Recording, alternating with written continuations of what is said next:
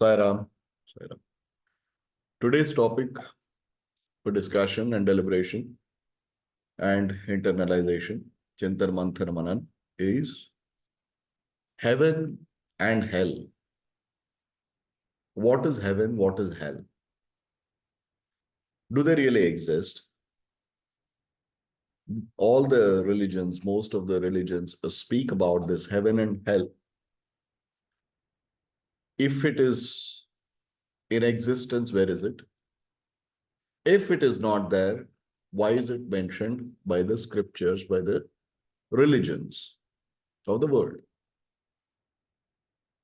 And what is the actual meaning of heaven and hell, metaphorically, not physically, factually? These are multiple aspects of heaven and hell, which we are taking up today. Now, what is heaven? What is hell? Heaven is a place which people who have led a righteous life on earth, who have served the purpose of the divine or the God on earth, they have a place which when they go to, which is a special place for those people who are good people, good men and women. So they have a place, an exclusive place, which is called heaven. Upon our demise from the body, once the conscience or the soul sheds the body, soul goes to that place called heaven. So what happens in heaven?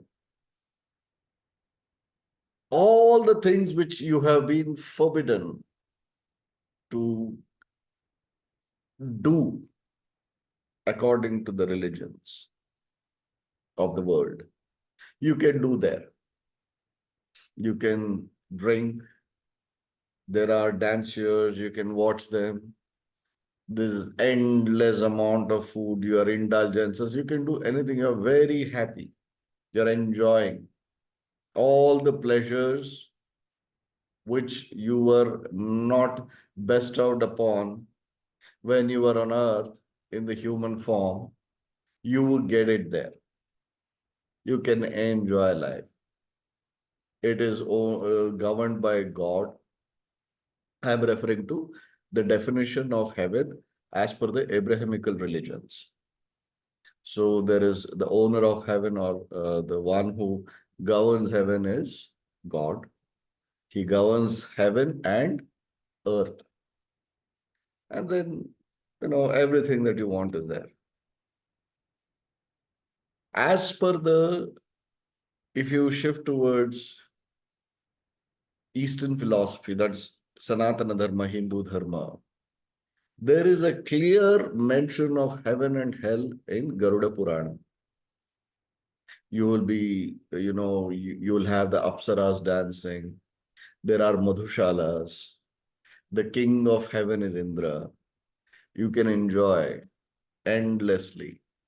So you have King Indra sitting there and everything, Ashtadikpalakas, the guardians of 8 directions, all fine. You can enjoy in heaven to eternity. So every religion speaks about heaven and hell. But in Hinduism, only one aspect, that is in Purana, which is called Garuda Purana, it is mentioned about heaven and hell. That's about it. Now, coming to hell, the king of, or the one who governs hell, is the devil or the Satan, Lucifer, whatever, as per the Abrahamical religions.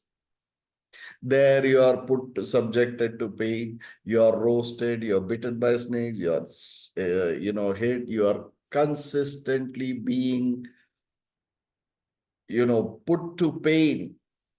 And this pain is unbearable, it is excruciating. Your physical body is non-existent, yet you are in pain. In heaven, your physical body is non-existent, yet you are rejoicing and enjoying. Right? The same thing in Garuda Purana, as per Sanatana Dharma's one of the tenets, which is Garuda Purana amongst the Puranas. There, the king of hell is Yama. He rides a buffalo, and he brings in justice. He will put you through unbearable amount of pain and this and that. And all these heaven and hell is created by somebody called God. And he loves you. It's very tricky to accept. Well, any sane person with a tinge of intellect, a small, not even deep intellect, will dismiss this concepts.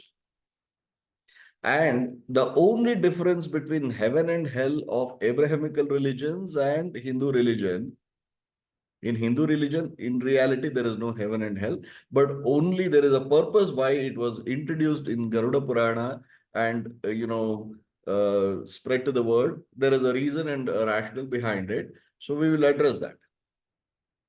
The only difference between heaven and hell between the Abrahamical religions and Sanatana Dharma, specifically Garuda Purana of Sanatana Dharma, is heaven and hell is to perpetuate, eternal in Abrahamical religions. In Sanatana Dharma, you go through the grind and then you take birth again. Or if you are, not happy, there is a small amount of resentment or something in heaven, then you fall and take birth again. This is the only difference. There it is perpetuity. Here it is matter of time.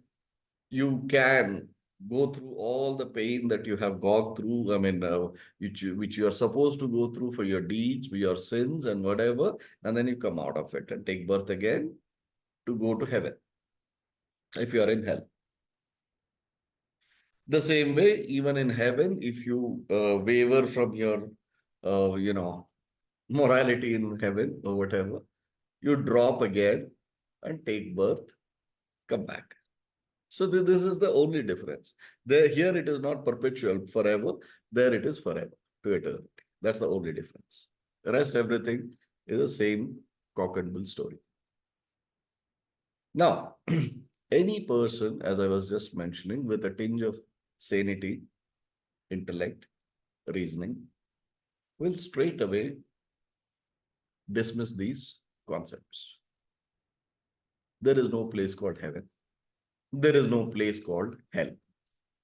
No, there aren't.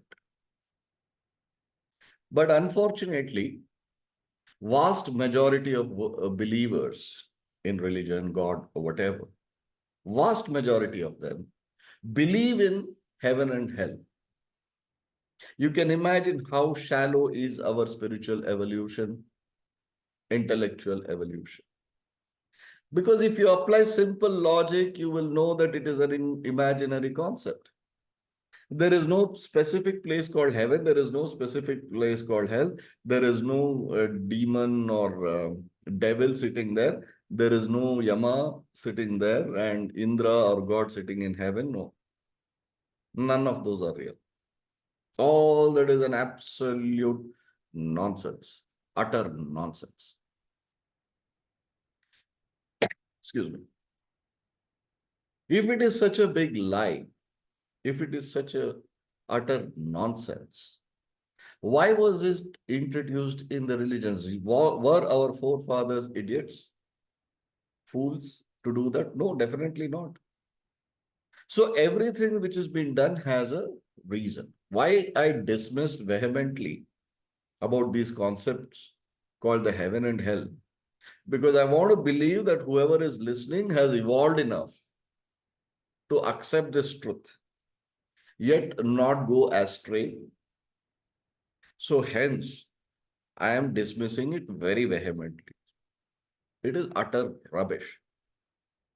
But yet, despite that Why was it introduced? What was the purpose? They were not idiots. 18 Puranas, out of which Garuda Purana is also written by Vedavyasa. All the Abrahamical religions, definitely they are not to be subjected to condemnation at all. But then why was it necessary? Why did they do it? Why did they add this concept of heaven and hell? Just let us track back. When did it happen?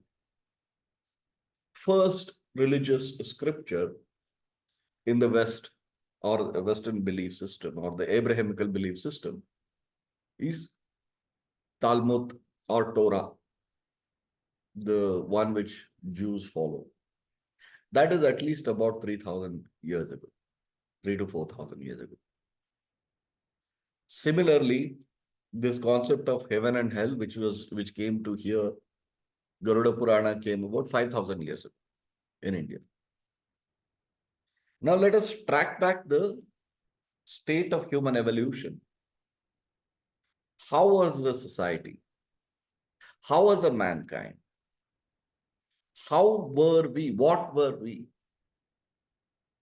We were tribesmen. We did not have the concept of morality. We did not know anything. We were not intellectually evolved at all. We were, in other words, beastly. I mean, it goes on to say that whatever is I like, if I am strong enough physically, it is mine. There was no concept of whom it belongs to, if, some other person's wife, children, daughter, mother, nothing. The tribes, I mean, absolute complete cannibalism was happening. What kind of, the mankind was so low in their intellectual evolution. Forget those days, even to this day, there are tribes who are cannibals. Even to this day, there are rituals which are performed, which are absolutely illogical. To this day, I don't want to name the continent or the country.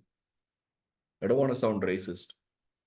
But everywhere, all over the world, even to this day, if you go to some of the remote places of the most developed country, there are tribes who are kept away in confined zones in their camps, because if they come to the world, they are such beasts today, 2024. Imagine 5,000, 10,000, 7,000 years ago. What were we? So in order to contain this beastly behavior of mankind, two things were invented. One, fear, punishment, rather, not fear, punishment. Second, bribery. You do good according to the scripture, according to what I have written, according to everything which has been said here. You adhere to these rules and regulations which are stated in these books. You go to a special place called heaven after you shed the body. By then, mankind knew that we are not the body only, we live in the body. We are the body also. We live in the body. That amount of understanding was there. So they had to induce this. That is bribing. That is, incentives to behave yourself well here so that you get a better place after your demise from the body. And if we are incorrigible, the fear or the punishment. You don't behave yourself. You don't adhere to the, what is written in this book. You don't follow the rules and regulations. You don't follow the code of conduct. You'll be sent to a place called hell. Jannat, Jahannam. Heaven, hell. Swarga, Naraka. All these things were invented to control the minds of the mankind, to make sure that they don't go haywire. to ensure that the masses are kept, because you cannot police the whole population. So how do you do that? Bring in these two concepts: bribe and punishment, fear and incentive. These were the two things which were awarded to the world, or told to the world or the mankind. What it did good. It did good. The concepts of heaven and hell which were invented. So with due respects to our forefathers, who controlled the mankind, who brought it to this, the world where mankind at large adhered to one or the other religions, and they believed, okay, fine, if I do wrong, I'll go to hell. If I do good, I go to heaven. So with these two concepts embedded in their conscience, the mind, the thoughts and emotions, they controlled these beastly animals called Homo sapiens. Otherwise, we wouldn't have survived. Because we have something called intellect. Today also, we have evolved comparatively, so to say. But this is a perverted evolution. People don't believe in the concept of God, forget about heaven and hell. Morality is gone. There is no fear. They live for the day. Everything which is committed in today's world is justified. All okay. Everything is okay. There's nothing right and wrong. So what has actually happened is intellectual evolution of the Homo sapiens, where they have rejected the concepts of heaven and hell. Majority are rejecting, and many have rejected. Yes, still vast majority of people do believe in, but they are very suspicious about it. Heaven and hell, heaven and hell. People are shunning those ideas. I respect the current Pope. He said, he being a pontiff of the Catholic Church in Vatican, he said that heaven and hell are imaginary concepts. Behave yourself.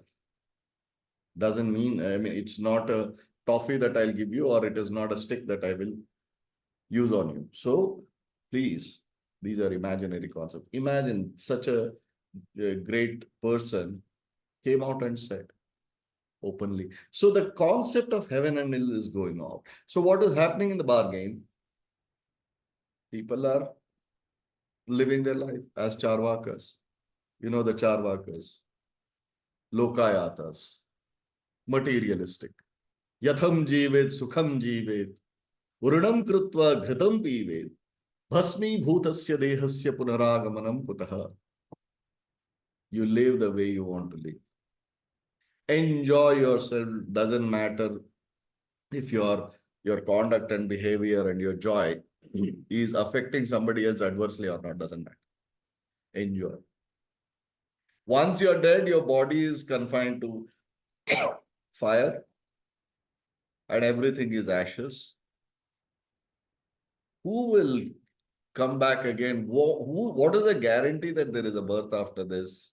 And even if there is, and if somebody is suffering, you at this moment you are enjoying, you'll, whoever it is, that is not you. It's a fresh memory. Why do you worry? Enjoy. There's no morality. That is called charvakas. In four statements. Four vakya is charvakas. Yatham jivet, sukham jivet. As long as you're there, be happy. Do whatever, indulgences, everything. Radam kritva ghritam pivet. Borrow, beg, borrow, steal, or whatever. Ghrita is ghee. Ghritam pivet, as it, you enjoy life. Bhasmi bhutasya dehasya punaragamanam katha. Anyway, this body is going to become ashes. Who knows who will come back? Punaragamanam kutha. Right? So this is the concept which is Charvakas. Charvakas were there during the days of Dwapara Yuga, during the days of Mahabharata. Those are Charvakas. So they are still there, of course. Lokayatas are Charvakas. So that is where we have gone. So the whole thing is a mess. Heaven and hell is a mess today. Those concepts are obsolete. These charvakas, people have become charvakas. Very few people understand that everything is here. We have to be good. We have to live here. We have to progress. We have to understand the truth. We have to know who we are. Where are we going to go? Where have I come from? Why am I here? Whom do I belong to? What am I supposed to do? Excuse me. All these things, how many will actually think about? One is driven by Maya, their mundane life itself is sucks their energies out, people's energies out. The other one is this.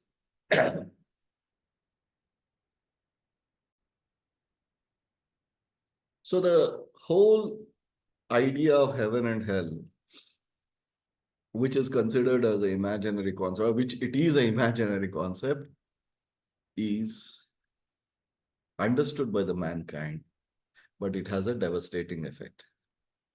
So what do we do? One set believes in heaven and hell, but in the name of God, they make a mess. Not just a particular religion, every religion. There's another set which has understood there is nothing called heaven and hell. They even reject the existence of God. They are in another extreme. Worldly existence, no morality, nothing, nothing. Just enjoy life. What about us? Caught in the crossfire. There's nothing which we can do. We have to tread our path as much as possible. And large majority are confused. There are two, acceptance and rejection. Masses are confused. Whomever we can help in bringing out our philosophy, our thoughts, our emotions, our understanding, we should only do that. Nothing more. But eventually, everybody will come to the central path, neutral path, evolve. Because someday mankind has to understand how much of indulgences, how much of luxury, what all you do. You might be the richest man on earth. That man is also going to die. There must be, the poorest of the poorest is going to die. Richest of the richest is going to die. Sinner considered to be the sinner most worst of the being is going to die. The supposed to be the most pious is also going to die. Everybody is going to die. This is where one concept, which is a balance of everything, comes. Law of karma. Law of karma, once we accept, once we understand, that is an absolute, completely logical, completely acceptable, and perfect path that we can follow. Law of karma. Excuse me. This Sanatana Dharma, the land which is India, all the religions which have originated from this land, may it be Jainism, Buddhism, Sikhism, and of course Hinduism, they all preach, accept, and propagate this law of karma. All the Sufis in the Islamic order accept and advise law of karma. Ascetic, esoteric Christian monks and saints, they speak about law of karma. The spiritual heads, or the ones who are a little ascetic in the order of Judaism, they speak about law of karma. So people who have evolved can speak, understand, and live by law of karma. That's the only equalizer. It is no fear. There is nothing to fear. There is nothing to rejoice. There is no heaven, there is no hell. Of course, in Mahabharata, which is, Bhagavad Gita being the supreme text on the law of karma, or the Adi, or the primordial text of law of karma. In book of Mahabharata, they have spoken about heaven and hell. Those are all metaphors. Don't get it into literal sense. However, law of karma is the ultimate truth. There is nothing above, there is nothing beyond. If we accept the law of karma, there is no God. There is no need for God. There is no need for worship. There is no need for anything. Mind your mind, mend your mind your deeds, mend your deeds. That's all we need to do. Don't go to the temples. Don't go to any religious places. Do nothing. Just perform the karma, which is nishkama karma, a deed devoid of desires. Deed devoid of desires, of fruits of deeds, is nishkama karma. Submit it to the Supreme Being, which is you, as per Advaita. Leave it to the universe. You do your deeds good. Don't have to do anything. Karma yoga. Nishkama karma. Nothing. So that is the most logical. You will feel so relaxed once you understand the law of karma. Trust me. What you do, nobody will punish you. What you do, nobody is going to give you any gifts. Cause and effect. You do good, you get good. You do bad, you get bad. That's it. Nothing else. You don't want to believe that? Try. You want to say that, oh, people are doing so many sins and crimes and this and that they are still happy. Fine, have patience. Nowadays, it's a matter of instant karma. But however, just because you don't see them paying for their deeds, the sins or whatever, doesn't mean that they will never pay. We don't know. So we have to focus on ourselves, our own deeds. We, all of us, and also the Bhagavad Gita very clearly mentions that it has to be a self-governed life. There is nobody who's going to govern you. No. There is no old man above who will come and tell you, do this, do that. You're right and you're wrong. Nobody. Self-governed path of Karma Yoga. Prescribed. Very logical. The only thing you will get in order to live by the law of karma, perform the law of karma, is a grace of your Guru. And also, please remember, when I say that we all know what is right and what is wrong, all of us know. We know what we are doing is right, or we know what we are doing is wrong, because when we do something which is right, we are convinced. When we do something which is wrong, the guilt comes out. Whether we accept, express, or we don't, it is a fact. So there is nothing which we don't know. So what does a guru do? The muck which has covered the knowledge, the jnana which you're born with, he just clears it. He doesn't give you anything new. He doesn't teach you anything. He just clears your confusion. That's all a guru does. So the heaven, hell is rubbish, but they did help the mankind to survive, evolve, and be where we are. The law of karma defies these heaven and hell as a concept. Law of karma is the only truth. So let us not fear a place and try to do good. Let us not, be in anticipation of a beautiful place and do something good. No, we should not. Submit our deeds selflessly. Be rest assured, you will have the fruits of your deeds. Hence, you don't want an adverse results of your deeds. So you know what is good and what is bad, and you will do good. That's it. It's very simple and sorted. So this is the neutral and the central path of law of karma. There's nothing above, nothing beyond. Heaven and hell are imaginary concepts. However, they did help the mankind to get civilized,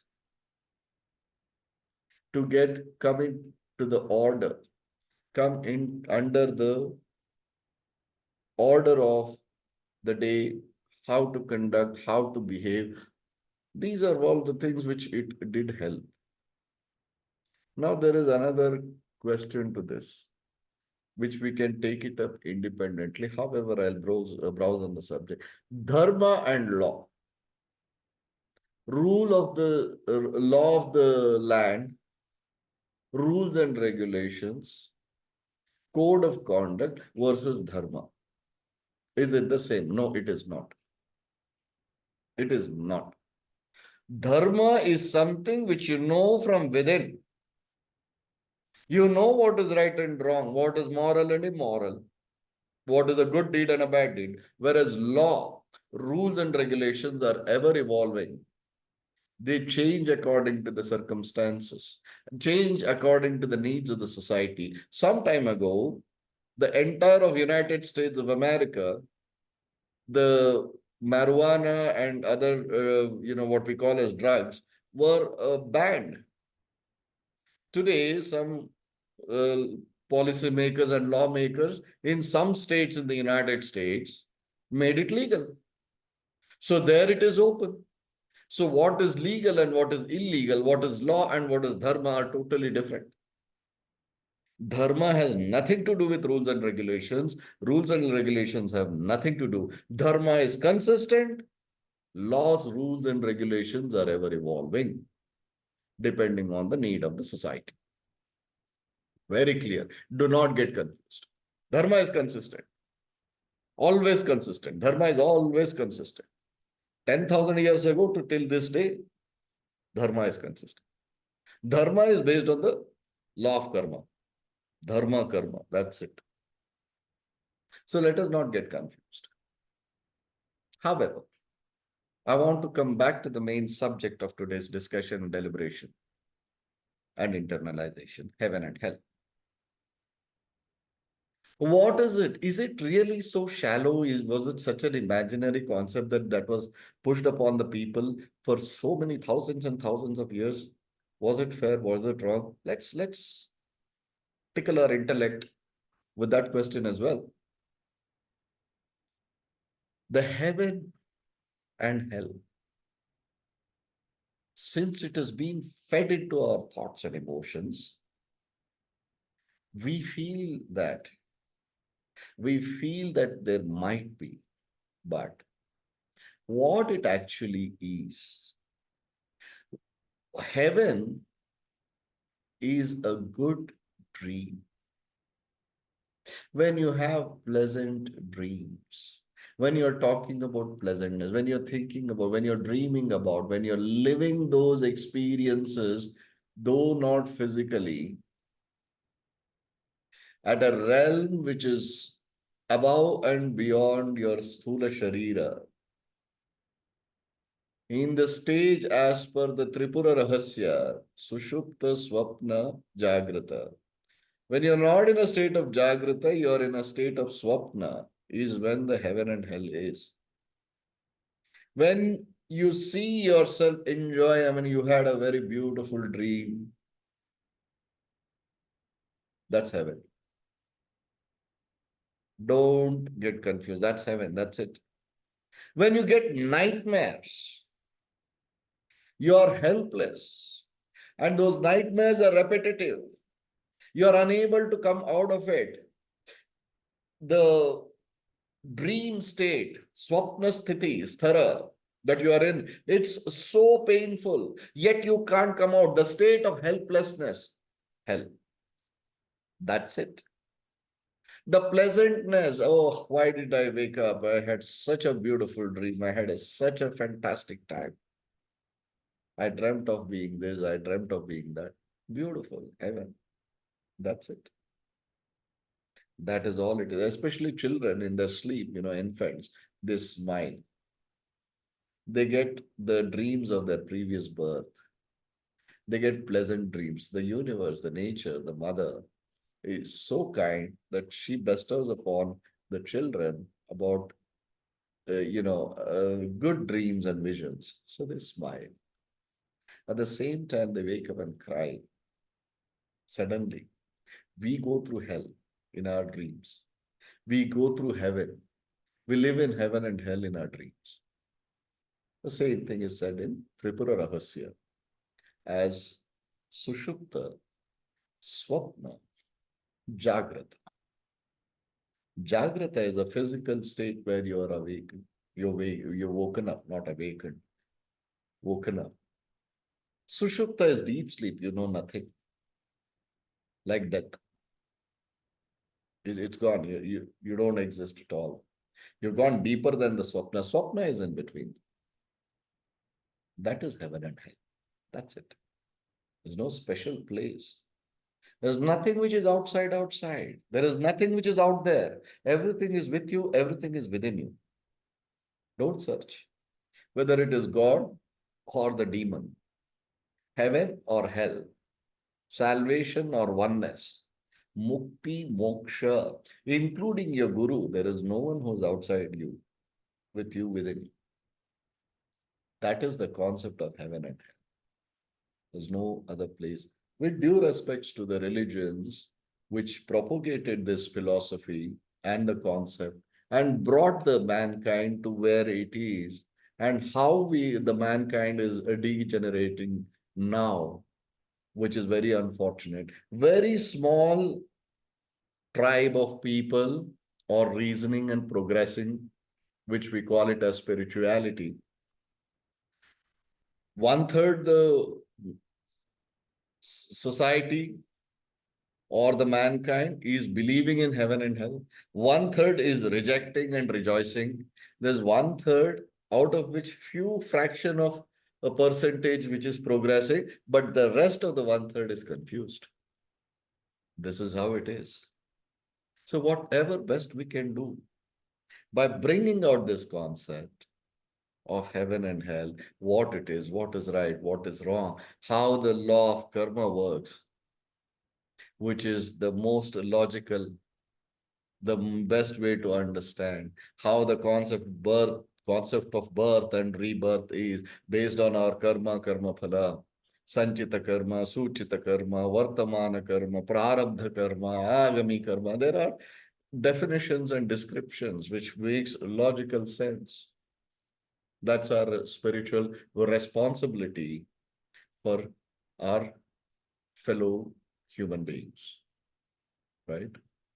Thank you so much. Thanks for the patient hearing. Sai Ram, Sai Ram, Sai Ram.